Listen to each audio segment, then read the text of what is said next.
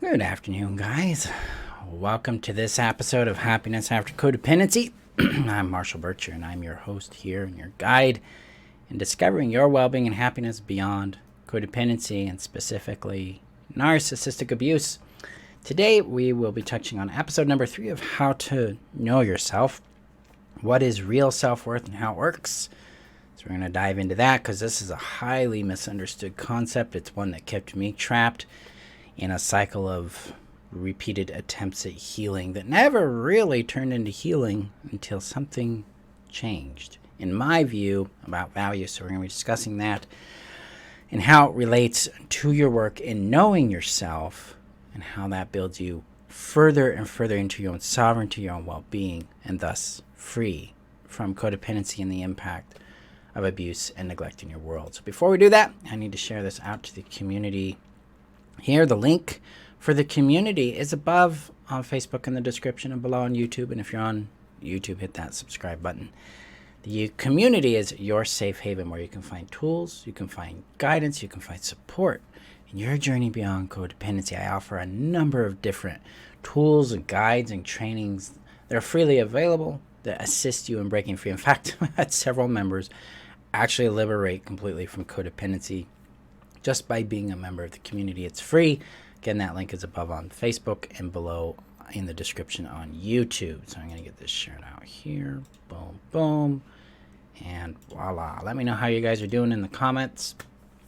Where you're from, what's going on in your world. Let's have a discussion about value here. So, how to know yourself, episode number 3. What is real self-worth and how does it work? So, in codependent dynamics, we are operating in what's called a benefit-centered relationship.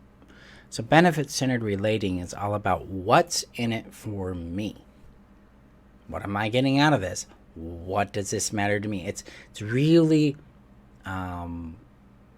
utility-oriented. So an example of a common benefit-related or benefit-centered relationship is a job employee-employer relationship.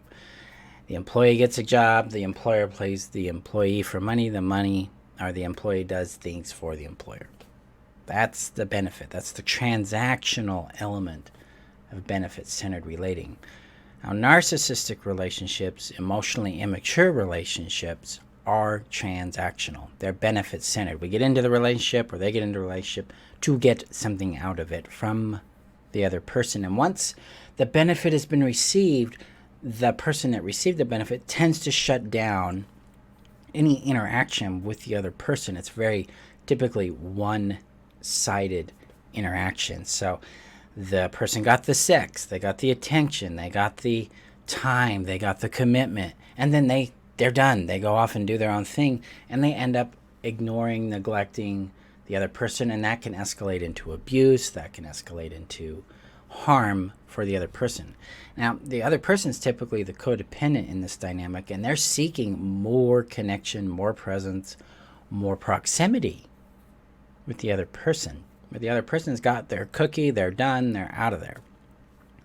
What this does, especially if we've grown up in this, is it teaches us that our value is predicated on our performance, on what we do.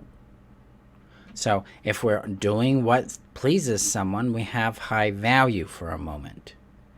If we're doing something that causes rejection or upsets someone, we have low value in this moment.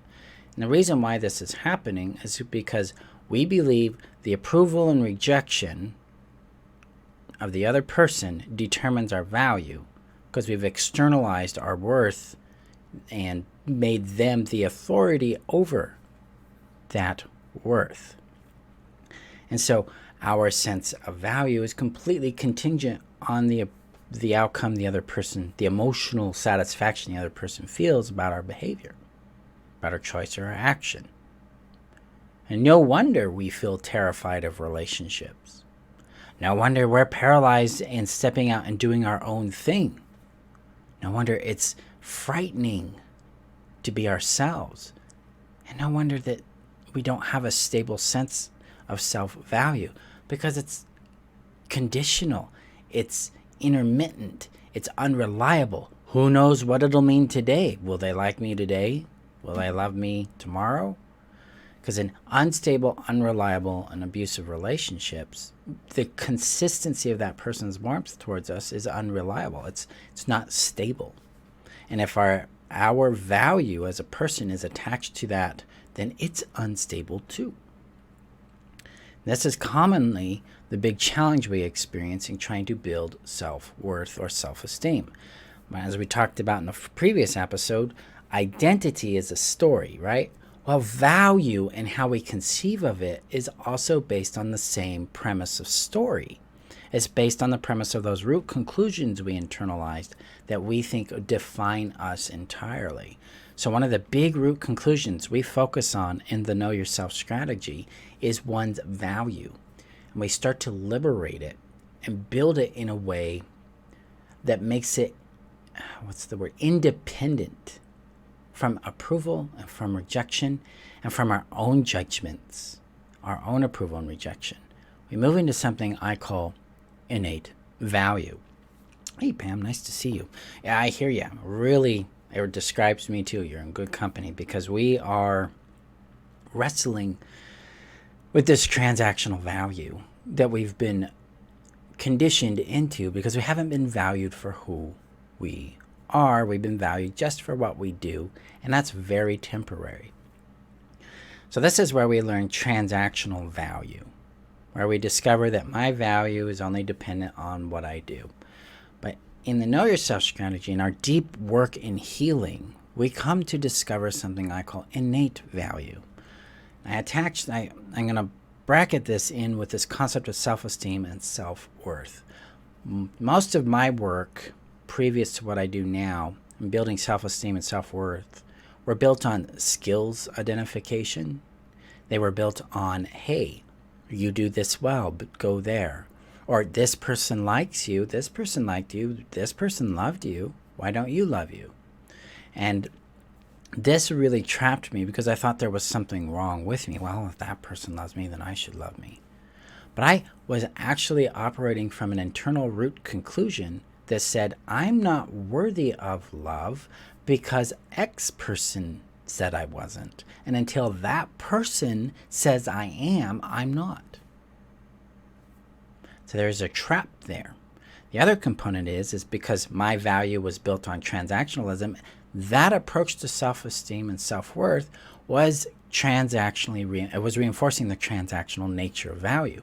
So I never got out of this trap. I always had to prove my worth, earn my value, be the right person, or I have nothing at all. I don't deserve to exist. I don't deserve to take up space. There's something wrong with me. That was what my big wrestle was until about 8 years ago, 2013-ish, when I came into this realization in my own work that what if there's something that is immutable, unalterable, consistent, reliable, and present that isn't necessarily about earning worth, but it is the worth, the value. So I started leaning into this concept. It was just a guess on my part. I'm like, I wonder what this is, if this is real or not. But I made an assumption that I have innate value, period. My job is to become aware of it and cultivate my awareness of it, and then my connection to and loyalty to it. That was basically the premise of this experiment I started. What developed out of this was what I call innate value. The discovery that I have value despite other people's approval and rejection, despite their judgments and assumptions, conclusions, or expectations of me, despite my own judgments, my own assumptions, my own conclusions and expectations of myself. I have innate value. And it's something that I cannot change. I can't add to or take away from it, and I cannot alter it. It's there, consistently available. My job is to attune to it. Now, this was a real challenge because it's like, what am I actually attuning to? But I started to get some hints in my journey with this by the way other people responded to me when they cared about who I am. So when I started to witness that people cared about who I am, not what I did, Well, certain people did and certain people didn't. I started to feel this different kind of sensation of consistent, reliable warmth and solidity within me. And from that space came this inspiration and this clarity and this rest. It was like, wow, this is solid, this is clear, this is me. I didn't have to do anything from it. I didn't have to justify it or explain it. I got to rest and lean into it. Then I'd lose contact with it because I get swamped back into the transactional value, and I come back to it. What I started to find here is that within me, there was a consistent space of warmth and availability, of love, and just general embrace of me that I didn't earn, that I didn't have to prove, that I didn't have to force or create. I actually had to discover it. I had to become aware of it. I had to become available to it. And as this started to work, I started to find my behaviors changing. My codependency became very latent. I started finding more resilient confidence. Rejection and approval didn't have the sting and euphoria it used to have. In fact, I started to discover a lot of indifference towards a lot of those things. I started to feel somatically in my body, feel worth, feel value, even when shit was hitting the fan, even when things were difficult, even when I screwed up. It was still consistently there. And I started to teach my clients at the time this, and they started to find the same thing too. And the same kind of experience started to emerge, that they got in contact with this really solid, warm, loving, consistent space within them that just sheltered and held them and cradled them and guided them. This is what became what I call innate value. Because from being in contact with innate value, they started to realize what was their voice, their thoughts, their perspective versus the programming, versus what other people told them to think. They started to have a different vision and view of themselves and others. They started to see different opportunities and possibilities and probabilities in their world than they did when they were coming from shame, when they were coming from guilt, they were coming from trying to build themselves up. They found that they didn't have to build anything up. They had to attune to the thing. And that's what I experienced as well. These results were an organic byproduct of being tuned into innate value. This is the solution to the trap of transactional value, is to come into a connection and a nurturing of awareness to one's sovereign worth, their personal, sovereign, unalterable value. And then to learn how to trust it, how to live from it, how to listen to it and understand it and follow it. That's the journey that really brings us back to ourselves. Because now we're not trying to prove anything. We're not externally oriented, seeking something through someone else. We are fully in our own yard. We're internally referencing ourselves. We're discovering our innate self through this lens of real, genuine love, acceptance, and brilliance. So, this is real self-worth, is that it's already there for us. And the way that it works is that we attune to it and then we start to follow it. Because when we follow our innate value and its guidance, we create what's called congruence. And congruence creates harmony within us, which then raises our sense of self-confidence, our sense of self-trust, our wholeness, and our peace of mind. Because now we're not at odds with ourselves because our value and our actions and choices aren't aligning. It's that our value, choices, and actions are aligned. There's congruence or integrity to this. That's where our brilliance starts to really reshape the world we live in, because we're choosing things and acting in different ways that attract and choose different outcomes. Thus, we get different results. Thus, we no longer have to be codependent. Instead, we can be safely interdependent and actually move out of just survival and into play, into discovery, into expansion of your own happiness and satisfaction in your life. So this is one of the core functions of the Know Yourself strategy. It's what we focus on deeply, and we are constantly reinforcing it, because this takes practice. This takes work to really attune to it. I make this really, really, really clear. We aren't creating value. We're tuning into it. It's already in you. Our job is to become aware of it, align with it, and then return to alignment with it when we get out of it. That's our work.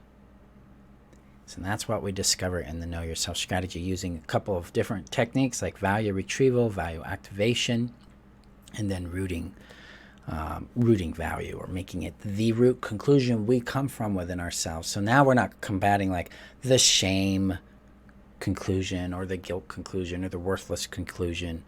We are actually aligned innately with it already and seeing ourselves through that lens. So if this resonates with you and you're looking for that guidance, you're looking to go deeper into loving yourself and really knowing yourself from this space, the Know Yourself strategy was made for you. We've got enrollment open for the live training that starts August 17th. The link is above on Facebook, below on YouTube. Don't hesitate to check it out. If you've got questions, let me know. I'd be glad to answer them and help you get into the course, especially if you're like, I'm not sure if it is. So ask, find out. I'll direct you where you need to be, because that's the point. So there you go, guys. That is today's training. I appreciate you being here. Remember that you're worth knowing, loving, and keeping. And lean into discovering your innate value by listening to it or listening for it. That warmth. Because it's going to be uncomfortable. It's not going to be normal. You might even push it away like, I'm not worthy of that. Get away. No, you are. Our journey is to allow that to take up space and build a comfort around it. To lean into the discomfort of actually being worthy without ever having to prove it or earn it. To actually having value without ever demonstrating it or proving it or earning it from someone else. Instead, you get to experience it because it's already part of who you are. It's not something we earn. So there you go. Go safely, my friends. I will see you in our next episode. Have a good day. Bye-bye.